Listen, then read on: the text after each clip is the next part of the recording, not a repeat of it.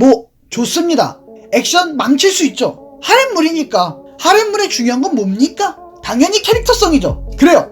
캐릭터만 잘 뽑힌다면 솔직히 액션 망쳐도 상관없습니다. 나츠미의 트라우마, 그걸 이겨내는 그 순간, 그리고 토비이치 오리가미의 각성과 멘붕, 그리고 장발감이와 대배감이, 예, 그것만 잘 보여주면 됩니다. 그런데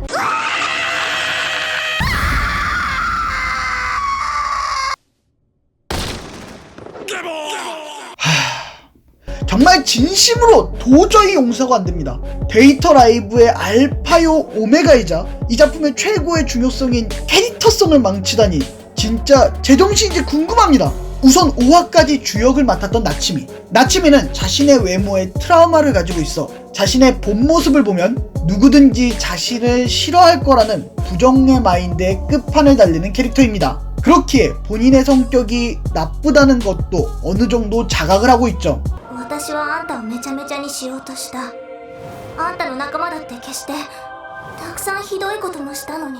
이런 캐릭터답게 나츠미는 전체적으로 귀여운 외모이기는 하나 내려앉은 다크서클과 푸석푸석한 머릿결로 인해 어딘가 아쉬운 느낌을 주기도 합니다.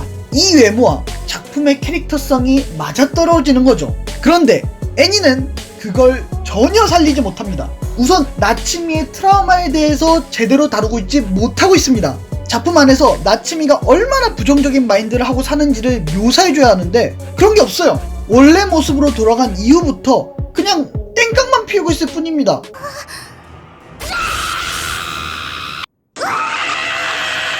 아니 그 부정 트라우마는 어디 있냐고요. 그냥 입으로 떠든다고 해서 이게 이해가 되는 게 아닙니다. 그리고 외모도 마찬가지입니다. 아니 얘 피부가 왜 이렇게 반짝거리죠? 그리고 머릿결은 왜 이렇게 좋고요. 무엇보다 눈가에 다크서클 어디 갔습니까?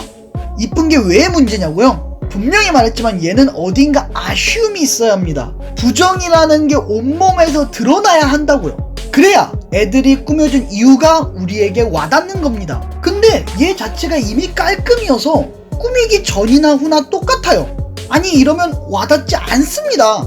트라우마를 다룬 캐릭터 중에 아주 대표적인 미쿠랑 비교해보죠. 미쿠는 극강의 남성 혐오를 지니고 있는 캐릭터입니다.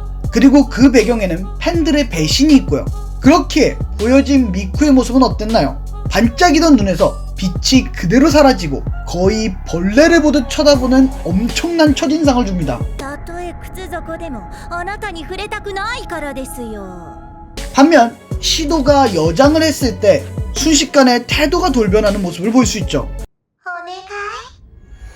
이 캐릭터의 특징을 아주 단적으로 보여주는 예입니다. 그렇기에 우리는 미쿠라는 캐릭터에 대해 단번에 이해할 수 있으며 그 과정에서 그녀의 과거를 통해 그녀가 왜 이렇게 되었는지에 대해서 납득할 수 있게 됩니다. 또한 그녀가 호감을 줄 때의 행동을 우리는 보았기 때문에 시도한테 반한 이후의 그녀의 행동을 우리는 자연스럽게 받아들일 수 있는 거고요. 반면 나츠미는 이해도 안 되고 공감도 안 되며 애초에 얘가 왜 이러는지도 제대로 알 수 없습니다. 그리고 이후 그녀가 부정 마인드를 이용해 다른 정령들에 비해 쉽게 능력을 사용할 수 있다는 것도 납득할 수 없게 됩니다. 원작 팬들은 이미 알고 있겠지? 라는 생각으로 하신 것 같은데 우리는 나츠미가 애니 속에서 이런 모습을 보여줬으면 좋겠다라는 기대감이 있습니다. 근데 그걸 제작진이 너희들은 알고 있으니까 그냥 넘어갈게 해버린 겁니다. 이러면 원작 팬들은 열받을 수밖에 없습니다. 그럼 그 이후에 나온 토비이치 오리가미는 잘 살렸나? 그것도 아닙니다. 진짜 더 볼 필요도 없이 이 장면 해보시죠.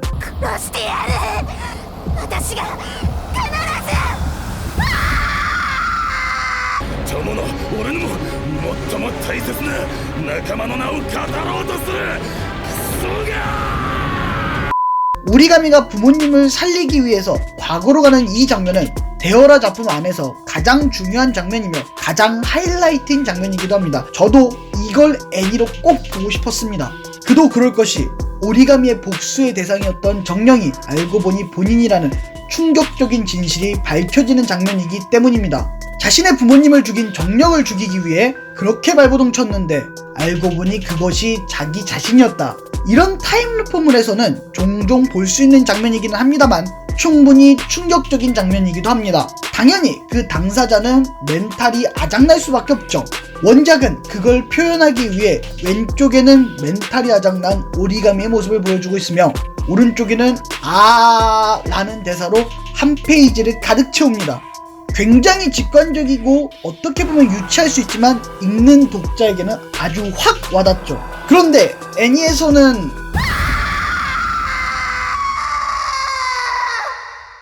이게 도대체 어딜 봐서 멘탈이 빡살나버린 표정이죠? 열받은 표정인데요? 저만 그렇게 보입니까?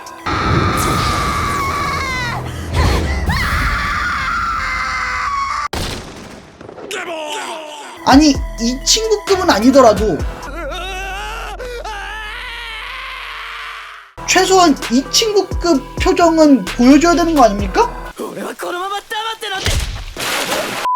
물론 뒤에서 보여준 데빌가미의 표정은 압권이었습니다. 아주 좋았어요. 근데 중간 과정이 없어요. 무슨 급현타 왔습니까? 뭐가 이렇게 갑자기 변해요? 심지어 그 이후에 오리가미의 표정은 더 가관입니다. 私が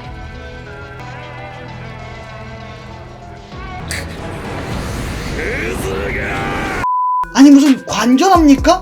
저건 멘붕도 분노도 아니고 당황인데요? 이런 표정 하나하나에 왜 신경 쓰냐고요? 그런 거 보려고 애니를 보는 겁니다. 원작에서는 그저 글로 써있는 표정과 감정을 우리는 영상으로 보기 위해서 기대를 하는 겁니다.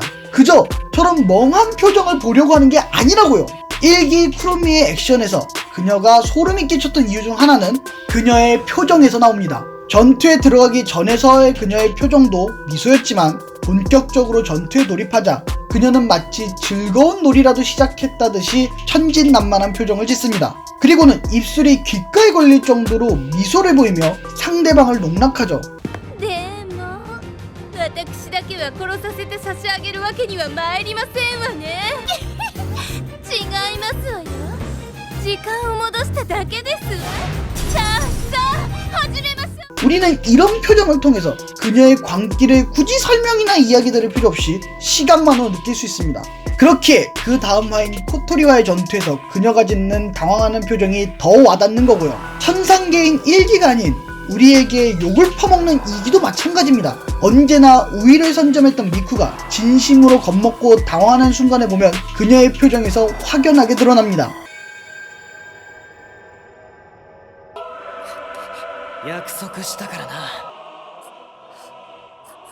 사실 이건 너무나도 기초적인 상식입니다. 하지만 이 작품은 그 기초적인 것도 제대로 전달하지 못하고 있다는 소리입니다. 이건 자본의 부족이나 인력의 부족으로 인해 생겨난 문제가 아닙니다. 그냥 성의의 문제입니다. 그나마 장발감이 에피소드로 들어가면 나아지는 모습을 보여주기는 했습니다. 특히 데빌가미와 엔젤가미가 하나가 되는 장면은 다소 인상 깊었습니다. 하지만 이걸 무마시키기에는 앞의 연출에서 너무 크게 삽질했으며 솔직히 이 부분도 원작에 비해서는 한참 임팩트가 부족합니다. 저는 지금 퀄리티를 이야기하고 있는 게 아닙니다. 이 작품이 최소한으로 해줘야 했던 것에 대해서 이야기하고 있는 겁니다.